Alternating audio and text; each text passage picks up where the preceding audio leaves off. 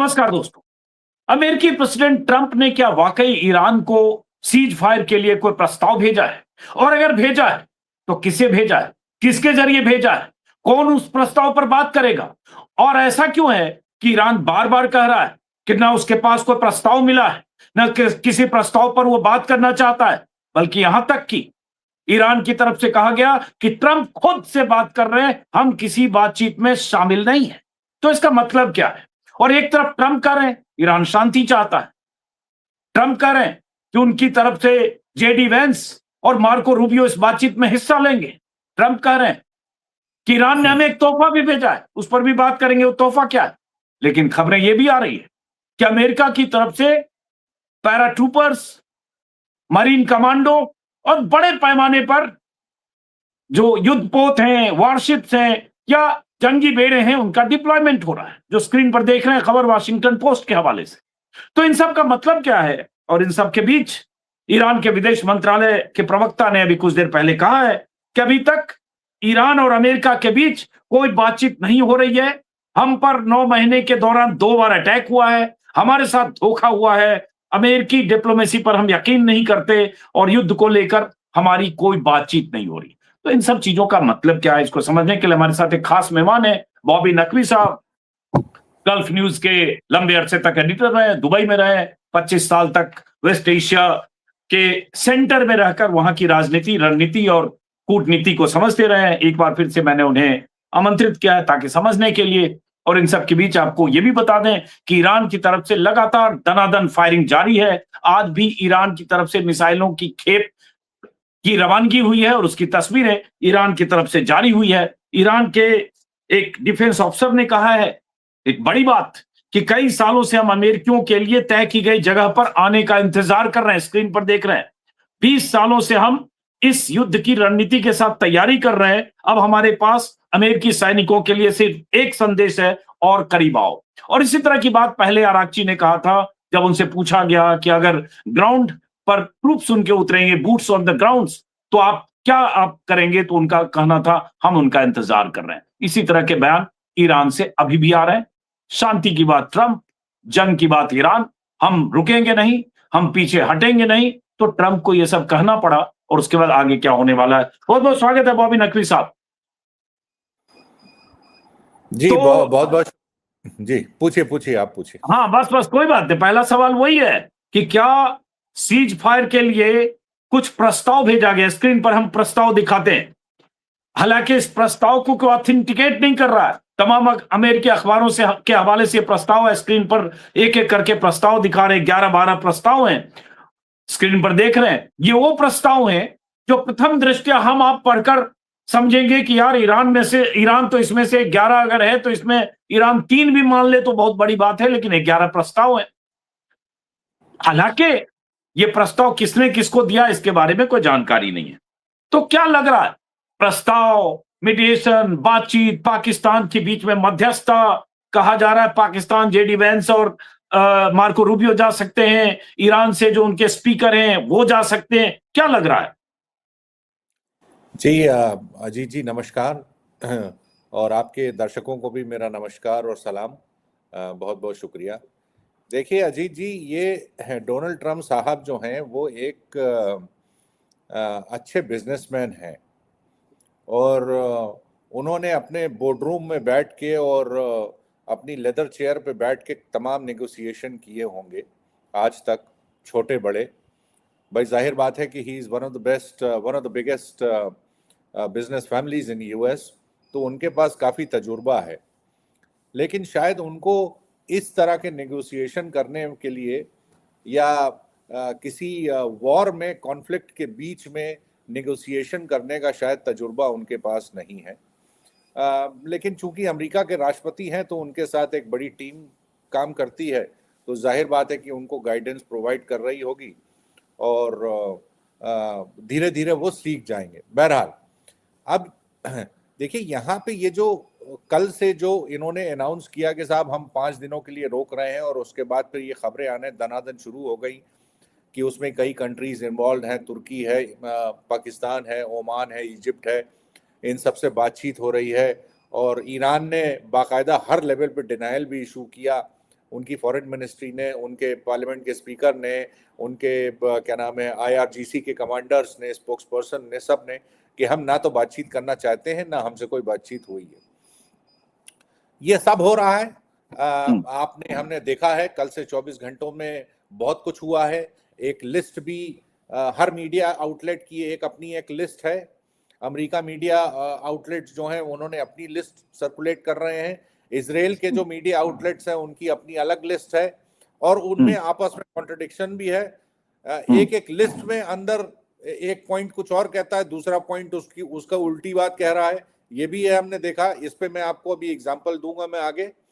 बहरहाल कुल मिला के एक कंफ्यूजन है, लेकिन अच्छी बात यह है कि अमेरिका को यह समझ में आ गया है कि आगे जाने वाला इस जंग का रास्ता जो एक्सेप्टेबल जो रास्ता होगा और जो आसान रास्ता होगा, और जो ऐसा रास्ता जो अमेरिका को, डोनाल्ड ट्रंप साहब को इस दलदल से निकलने में मदद करेगा, वो एक ही रास्ता है, वो है बातचीत का रास्ता। ये बात उनको समझ में आ गई है। जो दूसरे रास्ते हैं कि ईरान के ऊपर मरीन्स भेज के, वहां मरीन्स उतार के और उनके खर्ग आइलैंड पे कब्जा करके, वो बहुत मुश्किल रास्ते हैं। उसमें अमेरिका के सोल्जर्स की, मरीन्स की जानें जाएंगी, और डोनाल्ड ट्रंप साहब को पॉलिटिकल बहुत बड़ा नुकसान उठाना पड़ सकता है। बहरहाल अब इसको कैसे हम लोग समझें, हमारे जो आपके जो ऑडियंस हैं उनको कैसे समझाएं कि यहाँ पे हो क्या रहा है। देखिए, सबसे पहले अगर इसमें सबसे पहले हमें ये देखना पड़ेगा कि ये बातचीत कौन करवा रहा है, कहाँ पे होगी, कहाँ हो सकती है। इसमें एक आम राय है सभी एक्सपर्ट्स की और मीडिया आउटलेट्स की कि ये बात इस्लामाबाद में हो सकती है, ऐसा लग रहा है। इसमें बैकिंग पाकिस्तान के साथ बैकिंग इजिप्ट, टर्की और ओमान की भी है। ये सब चीज़ें डिस्कस हुई हैं कि ये बैठक जो है इस्लामाबाद में हो सकती है। इस्लामाबाद में क्यों हो सकती है? क्योंकि इस्लामाबाद जो है वो पाकिस्तान एक पड़ोसी मुल्क है ईरान का, वहाँ से करीब 3.25 साढ़े 3 घंटे की फ़्लाइट टाइम है, तो कोई भी वहाँ से जा सकता है। और अमेरिका से भी कोई डेलीगेशन अगर जाना चाहे तो वहाँ जा सकता है। पहली बात ये। दूसरी बात ये कि वहाँ उसमें डिस्कस क्या होगा, ये सबसे बड़ा सवाल है। देखिए, कोई भी अगर बातचीत शुरू होती है तो सबसे पहले उस बातचीत का मसौदा तैयार होता है कि साहब ये 3 या 4 पॉइंट हैं जिस पे डिस्कशन होना है। वो क्या हो सकते हैं? जैसा मैंने कल आपके दर्शकों को बताया था, वो सबसे बड़ी बात तो ये है कि वो सीज फायर अगर होगा तो उसकी मियाद क्या होगी, वो कब से शुरू होगा, उस दौरान क्या होगा, और वो सीज फायर के दौरान हमें क्या करना है अगले स्टेज के लिए। तो ये 2 या 3 ऐसे पॉइंट्स हैं जिसपे डिस्कशन इस्लामाबाद में अगर बातचीत हुई तो हो सकती है। अब सवाल ये उठता है कि बातचीत करेगा कौन, अमेरिका की तरफ से कौन करेगा? ईरान ये साफ कर चुका है कि डोनाल्ड ट्रंप के जो 2 एडवाइजर्स हैं, स्टीव विटकॉफ और उनके एडवाइजर कम दामाद जेरेड कुशनर या दामाद कम एडवाइजर कहिए, दोनों में से कुछ भी कहिए उनको। बहरहाल उनको ईरान ने साफ कर दिया है कि हम इन 2 लोगों से बात नहीं करेंगे, क्योंकि ये पहले पीठ में छुरा भोग चुके हैं। दूसरी बात, उनके दोनों के बारे में ये भी कहा गया कि जब आखिरी राउंड जब चल रहा था इस बातचीत का अमेरिका और ईरान की, तो उस दौरान जो भी बातें हुई थी ये पूरा फीडबैक उन्होंने डोनाल्ड ट्रंप को नहीं दिया, ऐसा अब्बास अरक्ची पहले बोल चुके हैं। साफ साफ बोला था। तो अब ऐसा लगता है कि जैसा आपने बताया, मार्को रूबियो और जेडी वांस, ये दोनों, जेडी वांस इसलिए क्योंकि ये एक प्रोमिनेंट चेहरा है डोनाल्ड ट्रंप में, नंबर 2 हैं उनके एडमिनिस्ट्रेशन में। और सबसे बड़ी बात, जेडी वांस ने इस जंग के लिए मुखालफत की थी। उन्होंने कहा था कि देखिए ये जंग न की जाए तो बेहतर है। तो वो एक तरह से क्रेडिबल आदमी है इस नेगोशिएशन को आगे ले जाने के लिए। दूसरे, चूंकि डोनाल्ड ट्रंप के एडमिनिस्ट्रेशन में नंबर 2 हैं, तो एक उनके पास पॉलिटिकल वेट भी है और पॉलिटिकल कैपिटल भी है। तो वो ये नेगोशिएशन बखूबी कर और सकते हैं। और थोड़ा बैकग्राउंड में जाएं तो ऑपरेशन सिंदूर के समय जेडी वांस ने ही आसिम मुनीर और शहबाज शरीफ से बात की थी और ट्वीट किया था। ट्रंप के अलावा एक उनकी भी अहम भूमिका थी, तो एक मतलब अथॉरिटी भी है। जी हाँ, जी हाँ, जी हाँ, बिल्कुल बिल्कुल। तो और दूसरा जो इसमें देखिए, जो इसमें जो एक इंटरलोक्यूटर जो इन्वॉल्व है, उनकी भी एक बड़ी अहम भूमिका है। भारत का पाकिस्तान से जैसा भी रिश्ता हो, लेकिन इस वक्त इंटरनेशनल कम्युनिटी को ऐसा लग रहा है कि आसिम मुनीर जो हैं वो एक अच्छे इंटरलोक्यूटर साबित हो सकते हैं। उसकी एक वजह है, आसिम मुनीर की ऐसा कुछ रिपोर्ट्स कहती हैं कि उनके आईआरजीसी में, यानी ईरान के जो रिपब्लिकन गार्ड है, जो उनमें काफ़ी उनके अच्छे संबंध हैं उन कमांडर से, यानी ईरान का जो मिलिट्री इस्टेब्लिशमेंट है वो उसको अच्छी तरह समझते हैं। देखिए, इसमें किसी एक मिलिट्री के आदमी का मौजूद होना बहुत ज़रूरी है, क्योंकि जब जंग रोकी जाती है तो वो बड़ा एक कॉम्प्लेक्स प्रोसेस होता है कि आप अगर जंग रोकने का ऐलान करते हैं तो वो आपके नीचे तक जो आपका जो तोपची बैठा हुआ है या मिसाइल का बटन दबाने वाला बैठा हुआ है, उस तक सही मैसेज पहुंचे, वो इंस्ट्रक्शन सही दे। और ये इस सीज फायर का, ये जब भी होता है, इस सीज फायर का किसी भी किस्म से कोई उल्लंघन ना हो। बहरहाल, तो ये जो 15 पॉइंट का या 12 पॉइंट का जो एजेंडा जो सर्कुलेट हो रहा है अजीत जी, मुझे लगता है कि ये सब फर्जी लिस्ट है, इसमें कोई दम नहीं है। उसकी इजराइल के मीडिया आउटलेट्स की एक अलग लिस्ट है। वो एक लिस्ट मैंने देखी चैनल 14 और चैनल 12 की, उनके वहाँ के बड़े मीडिया आउटलेट हैं। उसमें मजे की बात यह है कि तीसरा या चौथा पॉइंट कहता है कि साहब, ये जो आपके पास जो 441 किलो का जो इनरिच्ड यूरेनियम है, 60% 65% वाला, इसको आप ईरान में नहीं रख सकते, ये एक शर्त है। इसको नहीं, वो पहली शर्त ये कहती है कि इसको आप ईरान में रख सकते हैं, लेकिन इसकी मॉनिटरिंग आईएईए करेगा, यानी इंटरनेशनल एटॉमिक एनर्जी एजेंसी करेगी। ठीक है, उसके बाद नीचे जाके वही उसी पॉइंट पे वो दोबारा आते हैं, कहते हैं कि ये 441 किलोग्राम का यूरेनियम आप ईरान में नहीं रख सकते। तो ये लिस्ट पूरी तरह मुझे फर्जी दिखाई देती है। एक पब्लिकेशन न्यूयॉर्क टाइम्स जिसने डिटेल में इस पर रिपोर्ट किया है, लेकिन वो उन्होंने 15 पॉइंट का जिक्र नहीं किया है। नहीं, एक मैंने जो मेरे सामने स्क्रीन पर देख रहे हैं, मेरे ख्याल से शायद एनवाईटी का ही है शायद। अब चूंकि इतने अखबारों को पढ़ के मैंने इसको, या ब्लूमबर्ग का कहीं, शायद एनवाईटी है, मैं चेक करता हूं। इसमें वो पॉइंट सारे हैं 11 पॉइंट, लेकिन इसमें 3 पॉइंट ये भी है कि बदले में ईरान को क्या मिलेगा, वो भी है। मेरे ख्याल से शायद ये किसी अमेरिकी अखबार का ही।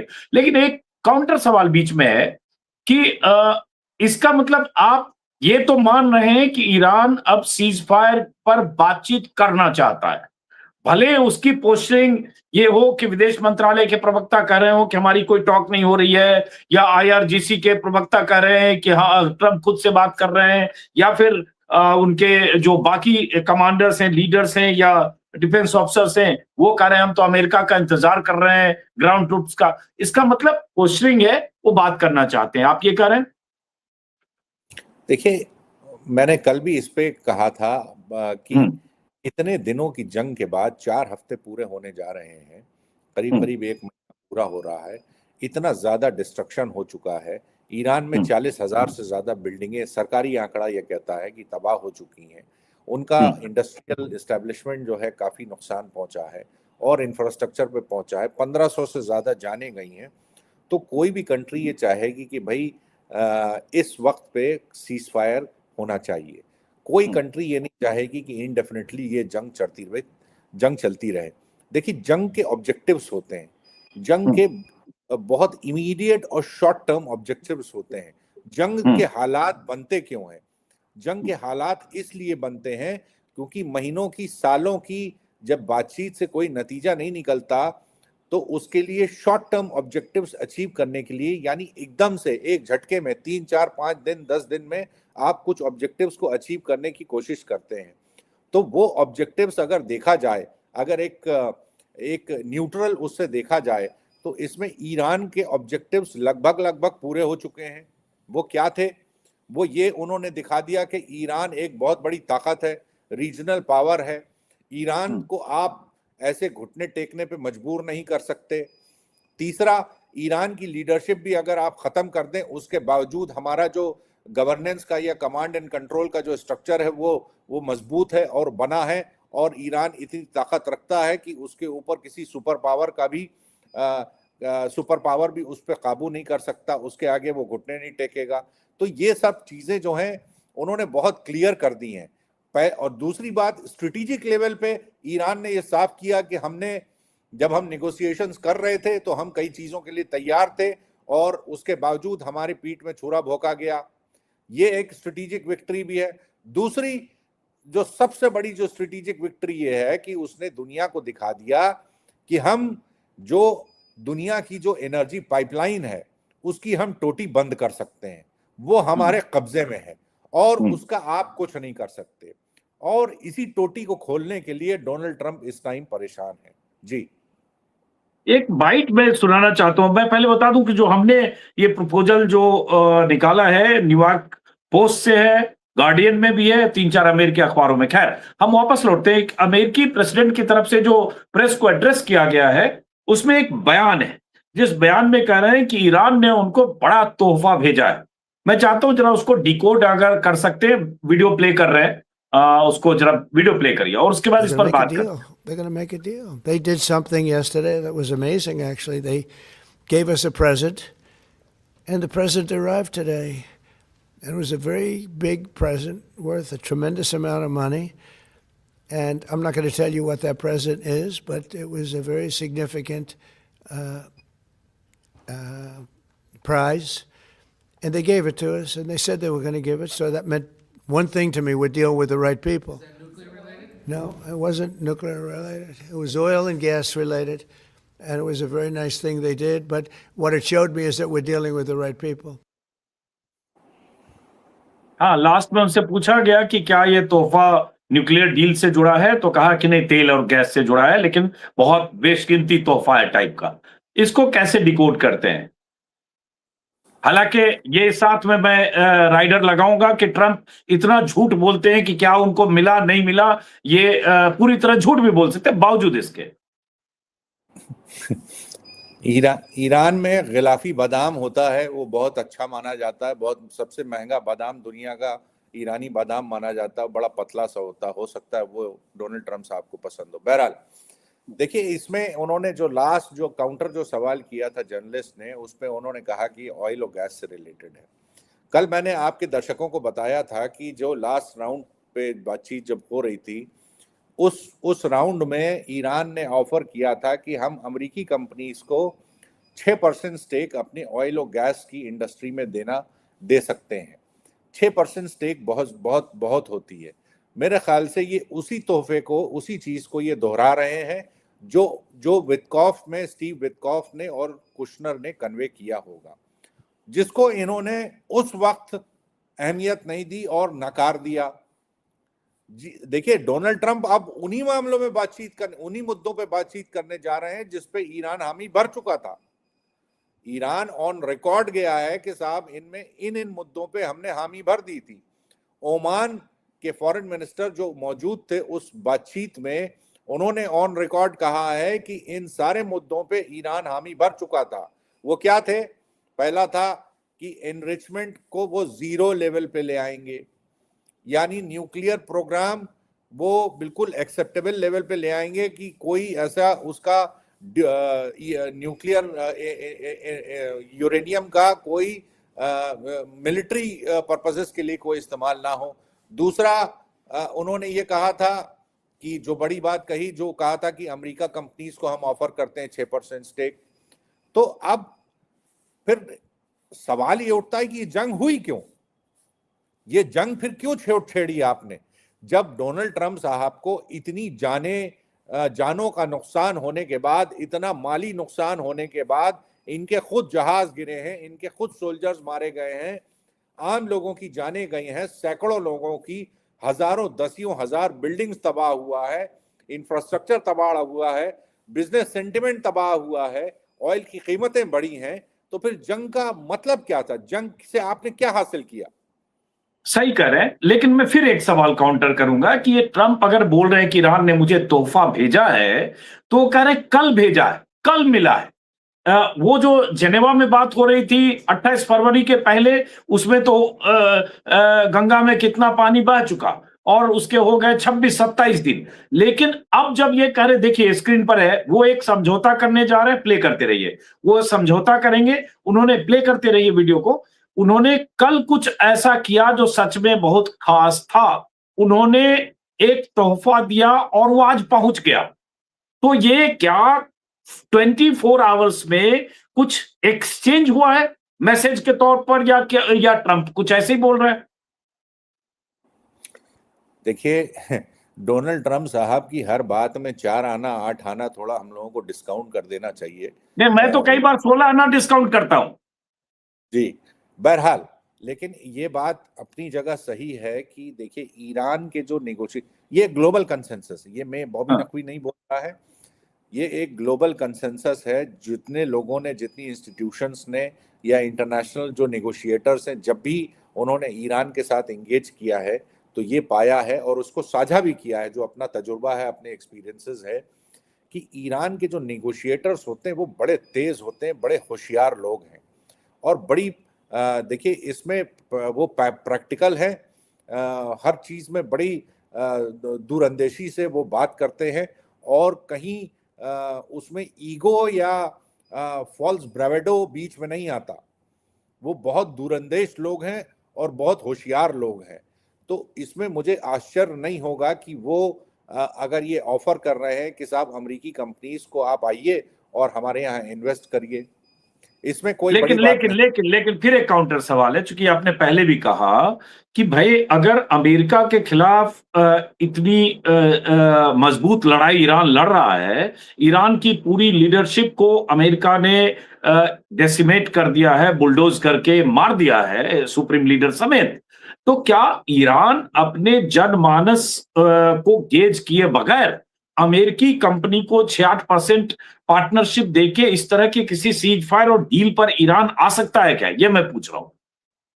फिर जाहिर बात है कि ईरान अगर 6% स्टेक ऑफर करेगा तो उसके बदले में बहुत कुछ चाहेगा। वो बहुत ओके। कुछ क्या है? हाँ, वो बहुत कुछ क्या है? अगर डोनाल्ड ट्रंप साहब 2015 के जो स्टेटस था अमेरिका और ईरान के बीच में जो डील हुई थी और सारी सैंक्शंस हटा ली गई थी, अगर उस स्टेज पे पहुंच जाते हैं फिर से और ईरान के ऊपर से सारी सैंक्शंस हटा लेते हैं, तो मेरे ख्याल से ईरान के ऊपर एक बहुत बड़ी एक स्ट्रेटेजिक विक्ट्री है। नंबर 2, अगर अमेरिका ईरान का कोई दखल हो स्ट्रेट ऑफ हॉर्मोज में, किसी तरह का ऐसा मैकेनिज्म इवॉल्व होता है जिसमें ईरान का एक रोल होता है स्ट्रेट ऑफ हॉर्मोज को मैनेज करने में, तो वो एक बहुत बड़ी स्ट्रेटेजिक विक्ट्री होगी। ठीक है। दूसरी चीज, तीसरी चीज, अगर कोई एक इंटरनेशनल सिक्योरिटी गारंटी अगर ईरान को दे दी जाती है कि साहब अब इजराइल और अमेरिका या कोई और देश ईरान के ऊपर हमला नहीं करेगा, उसके बदले में वो अपने जो मिलिशियाज को जो सपोर्ट करता है वो नहीं करेगा, तो मेरे ख्याल से ये 3 बहुत बड़ी स्ट्रेटेजिक विक्ट्री हो जाएगी। तो ये, और इन्हीं विक्ट्रीज से ये जो 3 बिंदु मैंने आपको बताए, इनसे दर्जनों चीज कैस्केड होंगी, यानी दर्जनों चीजें और निकलेंगी जो ईरान को मेरे ख्याल से ये लगता है या लगेगा बातचीत के दौरान कि इससे ईरान का बहुत बड़ा फायदा होता है। देखिए, ईरान अपने आप को पब्लिक परसेप्शन में, ना सिर्फ इस्लामिक वर्ल्ड में या अरब वर्ल्ड में, बल्कि उससे बाहर भी अपने आप को पूरी तरह से एक सुपर पावर के रूप में एस्टैब्लिश कर चुका है। अब उसको प्रूव करने की जरूरत नहीं है कि एक ईरान एक पैरिया देश नहीं है, ईरान नॉर्थ कोरिया नहीं है, ईरान सूडान नहीं है, ईरान एक बहुत पावरफुल कंट्री के रूप में उभरी है, उसका एक बहुत मेजर रोल है। और ईरान को सबसे बड़ी बात है कि अब ईरान को रीजन की जब भी बात होगी, उसको ईरान को उस टेबल पे इंटरनेशनल कम्युनिटी चाहेगी कि उस टेबल पे ईरान भी बैठा हो। ये मेरे ख्याल से पिछले इस्लामिक रिवॉल्यूशन के बाद से 79 से ये सबसे बड़ी विक्ट्री ईरान की होगी, अगर ईरान को हर टेबल पे, इंटरनेशनल टेबल पे जगह मिले तो। जी। अब एक सवाल है कि जैसे शुरू में जब हमारी बातचीत ऑन रिकॉर्ड होने से पहले जब हम बात कर रहे थे तो आपने कुछ खतरे बताए। पहली बात कि ईरान की तरफ से जो अभी नाम आ रहा है स्पीकर का, वो आईआरजीसी से उनका रिश्ता भी रहा है, उनका असर भी है, बहुत मुखर भी रहे, माना जा रहा है कि वो जा सकते हैं इस्लामाबाद बात करने का। लेकिन कोई खतरा कि रास्ते में कहीं एयरक्राफ्ट पर अटैक हो गया देखिए या ऐसा कुछ हो गया? हाँ। देखिए जाहिर बात है कि देखिए खतरा तो हमले तो दोनों तरफ से हो रहे हैं। कल रात को भी रात भर ईरान की तरफ से हमले हुए और इजराइल की तरफ से और अमेरिका की तरफ से हमले हुए। ना सिर्फ इजराइल के ऊपर हुए बल्कि दूसरे बेसे कुवैत में भी हुआ या सऊदी अरेबिया में भी हुआ। तो हमले तो हो रहे हैं। अब सवाल ये था कि जब बातचीत तय होगी कि इस दिन इस वक्त पे बातचीत होगी तो जाहिर बात है कि ईरान से जो उनका डेलीगेशन है वो वहाँ से जहाज से उड़ेगा और इस्लामाबाद आएगा। फिर वहाँ तो इनकी इस जहाज की सिक्योरिटी की गारंटी भी लेनी पड़ेगी डोनाल्ड ट्रंप को कि साहब पीछे से कहीं इजराइल उड़ा ना दे। भाई बातचीत करने जो भी जाएगा वो बहुत इंपॉर्टेंट आदमी होगा या एक इंपॉर्टेंट डेलीगेशन होगा। उसमें अब्बास अरक्ची भी हो सकते हैं, पार्लियामेंट के स्पीकर भी हो सकते हैं या कोई और दूसरा उनका नुमाइंदा भी हो सकता है। तो इसकी सिक्योरिटी की गारंटी, ये सारी चीजें, ये बातचीत अनाउंस होने से पहले ये सब चीजें सेटल हो जाएंगी, डिसाइड कर ली जाएंगी। तभी ये बातचीत जो कह रहे हैं कि अगले 48 घंटे में डोनाल्ड ट्रंप साहब चाहते हैं कि अगले 48 घंटे में ये बातचीत हो जाए। तो पहला तो स्टेप है हाँ, मसौदा अप्रूवल हो जाए कि मसौदा दोनों को एक्सेप्टेबल होगा। हाँ भाई ये बातचीत होगी, कहाँ होगी, कितने बजे होगी, सिक्योरिटी की गारंटी क्या होगी, जितने वक्त तक बातचीत चलेगी, घंटे 2 घंटे 3 घंटे, उस दौरान आप कोई हमला नहीं करेंगे।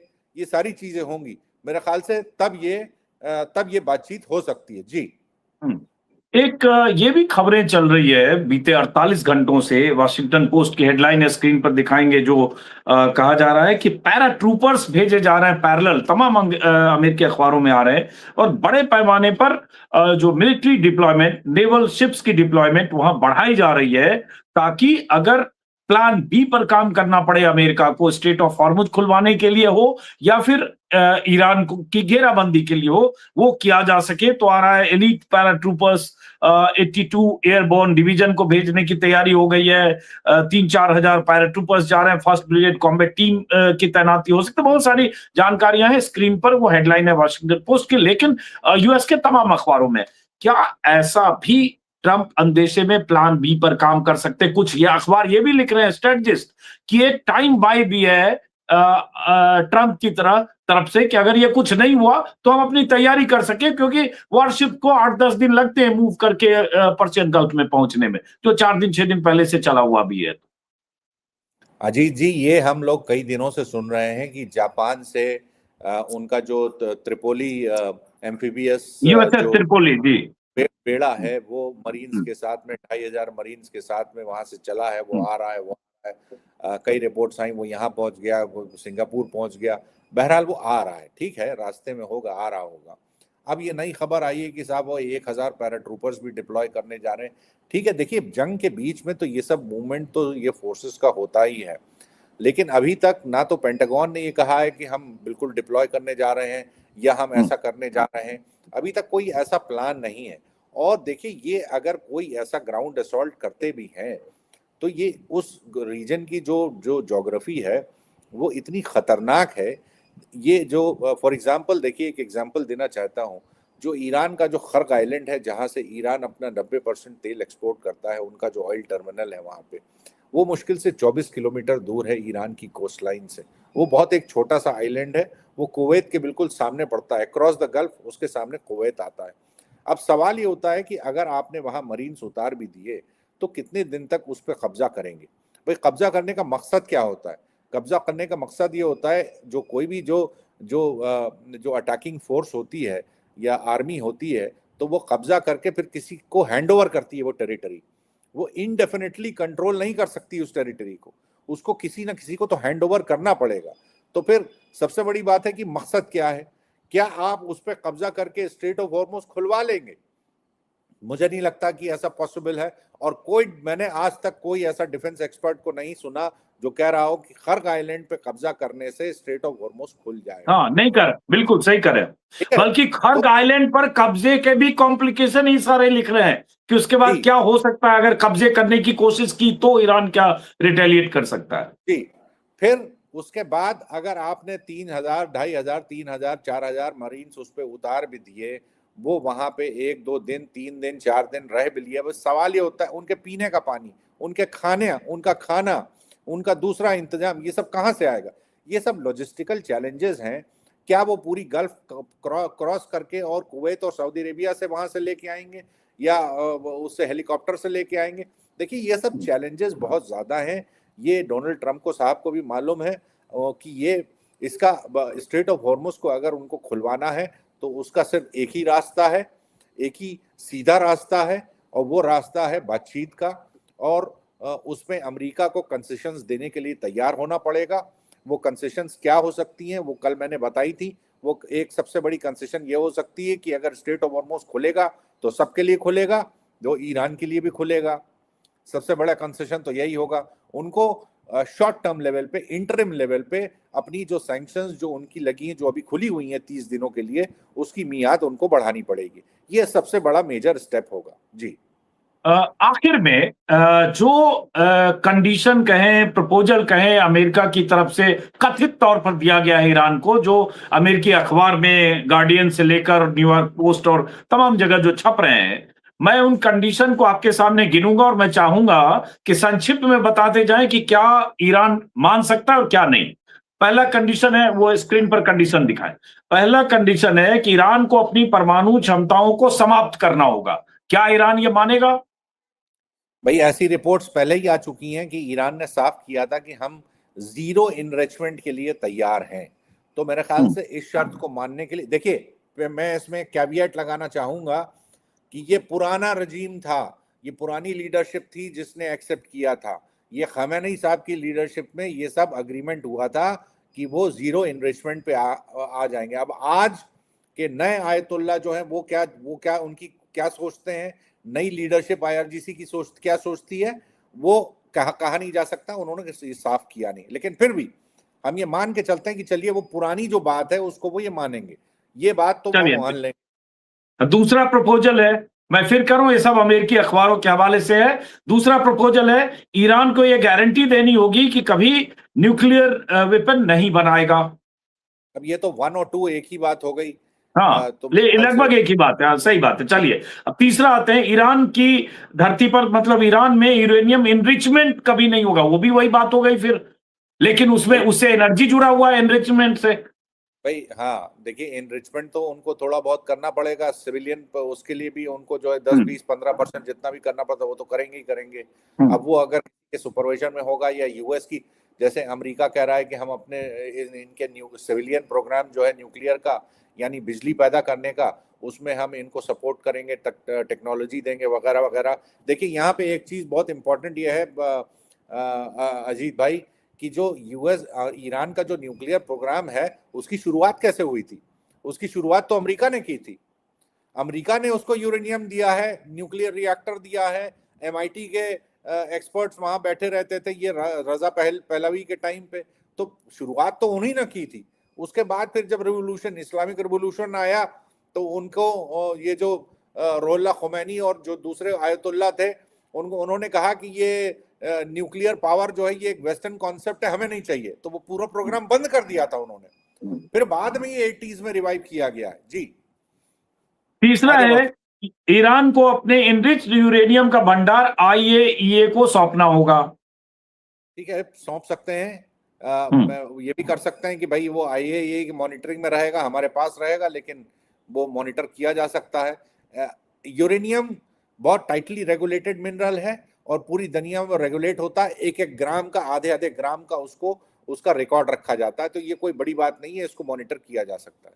उसके बाद है नतांज, इस्फहान और फोर्दो के न्यूक्लियर साइट्स को खत्म करना होगा, जिस पर बॉम्बिंग पहले भी यूएस ने की थी, जून में यूएस इजराइल ने। अब ये मेरे ख्याल से ये थोड़ा सा टेढ़ा मामला है कि वो एस्टेब्लिशमेंट जो है ये खासकर जो वो फोर्दो और इस्फहान और ये नातांज जो हैं, ये तीनों जो हैं फैसिलिटीज हैं जहां माना जा रहा है कि ईरान अपनी जो नॉन सिविल न्यूक्लियर प्रोग्राम है उसकी एक्टिविटीज इन्हीं तीनों जगह में वो होती हैं। तो मेरे ख्याल से देखना पड़ेगा कि इसमें ईरान का क्या स्टैंड है इस पे।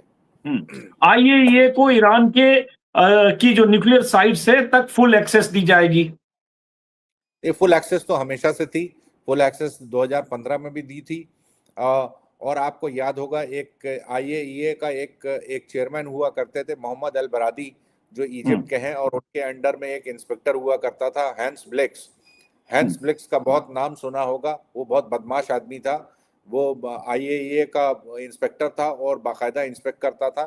तो कहने का मतलब ये है कि ईरान ने आईएईए को हमेशा वो दिया है। जो आईएईए की जो आखिरी रिपोर्ट है, जो आखिरी इंस्पेक्शन रिपोर्ट है, वो ये कहती है कि यहाँ में हमारे पास कोई एविडेंस नहीं है कि ईरान न्यूक्लियर बम बना रहा है।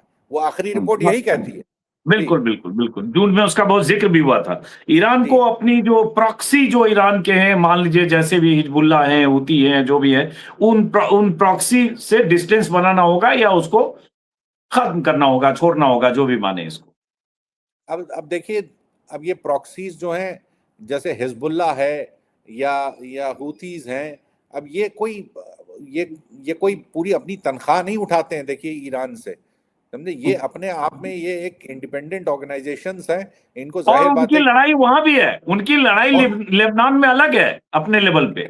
बिल्कुल, जैसे हुतीस की लड़ाई जो है, देखिए यमन की गवर्नमेंट से है और वो यमन के ऊपर अपनी सरकार बनाना चाहते हैं। वही हिजबुल्ला की अपनी लड़ाई है, वो फिलिस्तीन के लिए लड़ता रहता है। हमास की अपनी लड़ाई है। तो ईरान का कितना इन्फ्लुएंस होगा कि अगर ईरान कहे कि साहब साले लोग हथियार डाल दें, और वो डाल देंगे, तो मुझे ऐसा नहीं लगता कि ये पॉसिबल होगा। चलिए, 8वां भी वही है कि प्रॉक्सी ग्रुप को फंडिंग और हथियार देना बंद होगा। 9वां है स्टेट ऑफ हॉर्मुज खुलना चाहिए।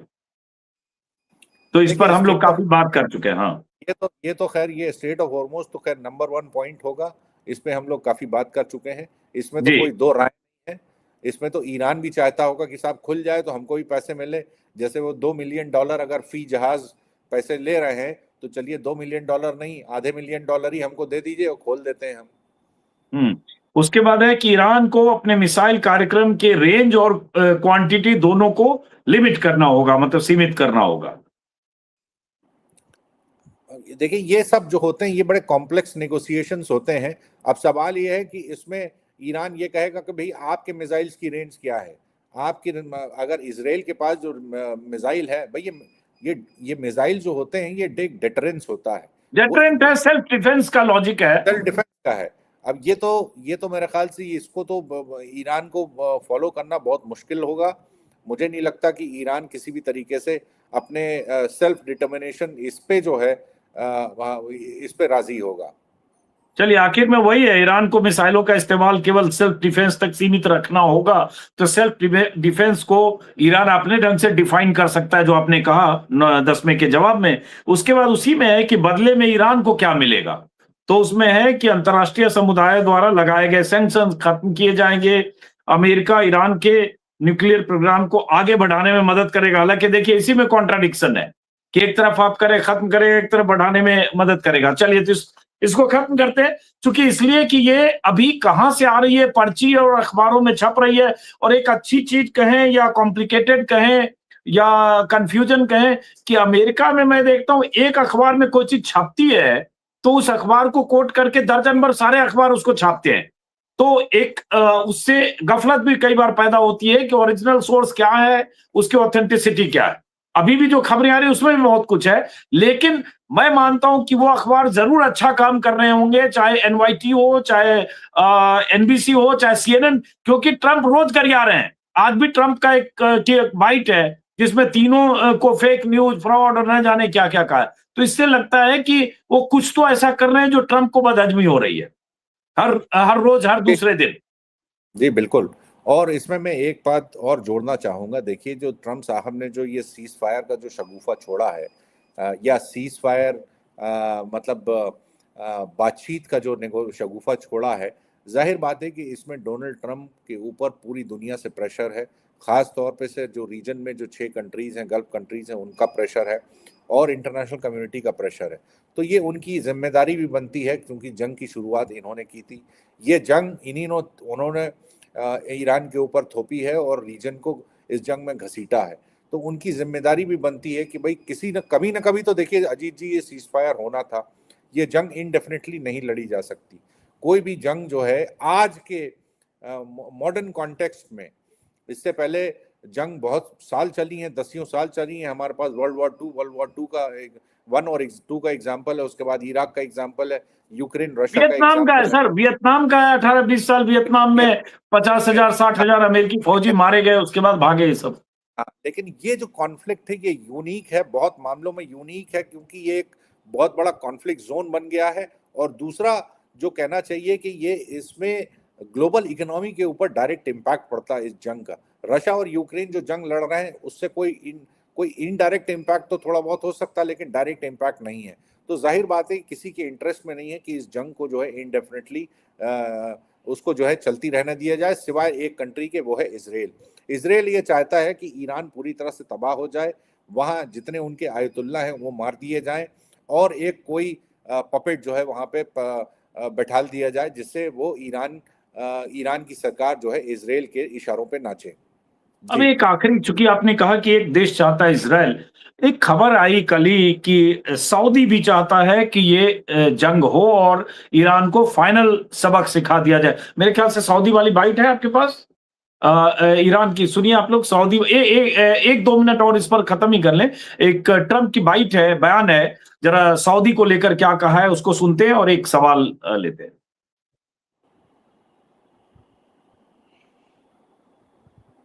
Talking to the Crown Prince, have you been focused on normalization between Saudi Arabia and Israel? Well, no, we have a great relationship with Saudi Arabia. What do you hear with Saudi Arabia?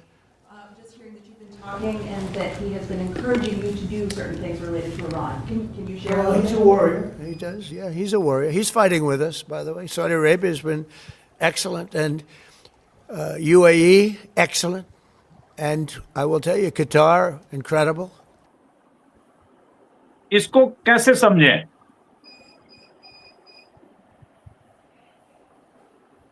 Naqvi साहब, आवाज आ रही है आपको? बॉबी नकवी साहब, आवाज आ रही है आपको? मेरे ख्याल से डिस्कनेक्ट हुए। बॉबी नकवी साहब, आवाज आ रही है? नहीं, वो देख नहीं रहे। चलिए इस बातचीत को यहीं खत्म करते हैं। मेरे ख्याल से ऑडियो डिस्कनेक्ट हुआ शायद, लेकिन ये बातचीत हम अलग अलग समय पर बॉबी नकवी से कर रहे हैं, चूंकि वो वेस्ट एशिया को बहुत करीब से जानते हैं। जैसा कि मैंने बताया, दुबई में रहे हैं 25 साल तक, गल्फ न्यूज से जुड़े रहे हैं, एडिटर रहे हैं। तो फिलहाल बहुत बहुत शुक्रिया। बॉबी नकवी साहब, शायद आप तक मेरा सवाल नहीं पहुंच पाया। आपने सुना जो ट्रंप ने कहा सऊदी अरेबिया को लेकर? नहीं, मैं सवाल नहीं सुन पाया। मैंने कहा ये सऊदी अरेबिया को लेकर एक सवाल पूछा गया, स्क्रीन पर सुनिए जरा। There's been some reporting ji. that you've been talking to the Crown Prince. Have you been focused on normalization between Saudi Arabia and जी, मुझे Israel? Oh, no, we have a great relationship with Saudi Arabia. What do you hear with Saudi Arabia? Just hearing that you've been talking and that he has been encouraging you to do certain things related to Iran. Can you share? Well, he's a warrior. He does. Yeah, he's a warrior. He's fighting with us, by the way. Saudi Arabia has been excellent, and UAE, excellent. And I will tell you, Qatar, incredible. क्या ये भी है बॉबी नकवी साहब की UAE या Saudi Arabia चाहता है कि ईरान को फाइनल सबक सिखाया जाए? जो खबरें छपी है कि सऊदी अरब चाहता है कि अभी ट्रंप न रुके, सीज फायर ना करें। नहीं, देखिए इसमें सऊदी अरेबिया का एक सोर्सेज बेस का एक डिनायल आया है, वो कहीं छपा है। मैं भी ढूंढने की उसको कोशिश कर रहा था। इसमें सऊदी अरेबिया ने डिनाई कर दिया है कि उन्होंने ऐसा कुछ ट्रम्प के ऊपर कहा है कि इस जंग को जो है आप कंटिन्यू रखिए और ईरान के ऊपर हमला करते रहे। देखिए, ये किसी भी कंट्री के इंटरेस्ट में नहीं है, और सऊदी अरेबिया ख़ास तौर पे से उनके इंटरेस्ट में तो बिल्कुल नहीं है, क्योंकि वो ओपेक का नंबर 1 का प्रोड्यूसर है, ऑयल का प्रोड्यूसर है, और सबसे ज़्यादा अगर किसी को जल्दी है स्ट्रेट ऑफ हॉर्मुज़ के खोले जाने की, तो वो है सऊदी अरेबिया। तो ये कतई नहीं चाहेंगे कि ये जंग जो है इंडेफिनेटली चलती रहे, या उनको ये बात अच्छी तरह मालूम है कि ईरान को इतना नहीं ख़त्म किया जा सकता कि ईरान बिल्कुल सर ना उठाए या बिल्कुल वो घुटने टेक दे, ऐसा कभी होगा नहीं। तो ये जंग कब तक चलेगी? तो ये मुझे लगता है कि ये इंफॉर्मेशन सही नहीं है। इसमें मेरे ख्याल से ऑफिशियल स्टेटमेंट आएगा, हालांकि नोइंग सऊदी गवर्नमेंट वो ऑफिशियल स्टेटमेंट ऐसे मामलों में इशू नहीं करते। हाँ, सोर्सेज बेस्ड जो है वो रिपोर्ट ज़रूर आती हैं कि वो कह रहे हैं कि नहीं, ऐसा कुछ नहीं है। जी, चलिए, बहुत बहुत शुक्रिया बॉबी नकवी साहब। आपसे बातचीत करके हमेशा अच्छा लगता है, क्योंकि आपसे ज्ञान मुझे भी मिलता है और तमाम दर्शकों को, क्योंकि बहुत सारी ऐसी जानकारियां होती हैं जो आपके जरिए हम अपने दर्शकों तक पहुंचा पाते हैं। हम बातचीत करते रहेंगे जब तक ऐसे हालात रहेंगे। फिलहाल बहुत बहुत शुक्रिया।